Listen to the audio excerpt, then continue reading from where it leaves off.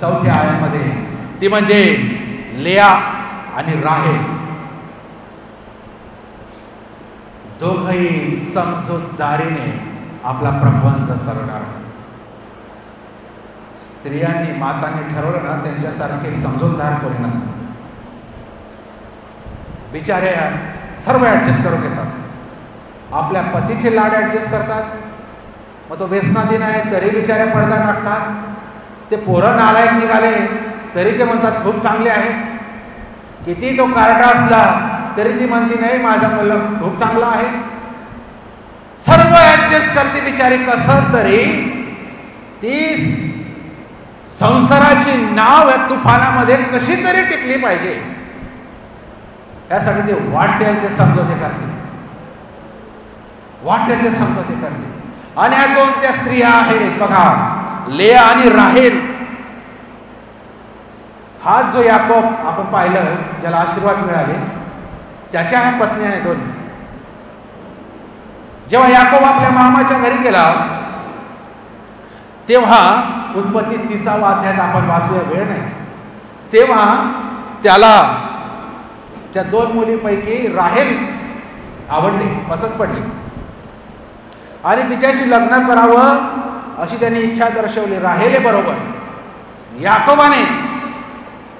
पण त्या राहेलीच्या बापाने म्हणजे त्याच्या मामाने त्याला फसवलं आणि ह्या लाबान त्याचा मामा याने राहेलीशी त्याचं लग्न करण्याच्या ऐवजी त्याच्या मोठ्या मुलीशी लग्न केलं. तिचं नाव लेया. आणि या लेयाला चांगलं माहिती होतं की माझ्या नवऱ्याचं प्रेम प्रीती माझ्यावर नाही तर राहेलीवर आहे, राहेलवर आहे, हे तिला चांगलं माहिती आहे. दोघी बहिणी.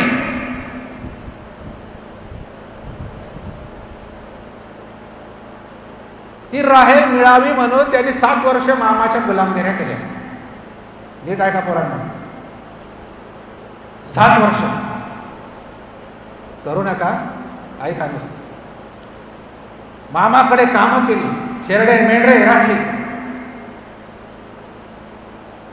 पण लेयास त्याच्या मामाने फसवून त्याला लेया सहित लग्न करायला भाग पाडलं. परत अब्रामाची जोड. त्या बिचाऱ्याने पण लग्न केलं. हो,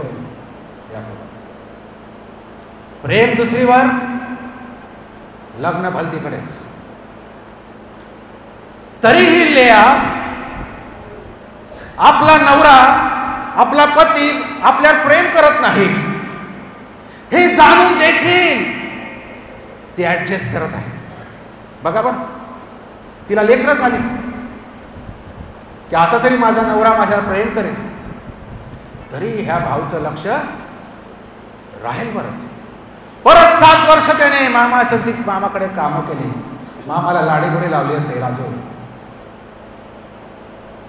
राहेली बरोबर त्याचं परत लग्न केलं. पण राहेलला लेकरं बाळ झाली नाही. मग त्यांनी त्यांच्या दासी पण याकोबाला दिल्या लेकरं होण्यासाठी. चालू द्या. आणि हे ऍडजस्टमेंट या दोघी बहिणींनी केली आणि नंतर ते पाहून देवाची कृपा राहेलवर झाली आणि राहेलीला 2 लेकरं झाली, एक योसेफ आणि बन्यामीन. आणि जेव्हा तिने शेवटला लेकरूला जन्म दिलं बेंजामिनला, तेव्हा ती मृत्यू पावली. ह्या 2 माता समंजसपणाने, त्यातली लेया तिचा त्याग किती मोठा आहे, ते एकत्र राहत आहे संसार टिकवण्यासाठी. ह्या 2 मातांचं समर्पण, ह्या 2 मातांचं समंजसपणा, याची दखल आम्हाला घ्यावी लागेल. इकडे तर केस धरून मारामाऱ्या झाल्या असत्या आपल्या. तो तिकडे गेलाच कशाला? तो फिरायला गेला असेल तरी.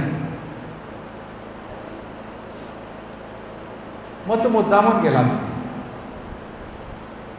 मग कोणाचा फोन होता तुला?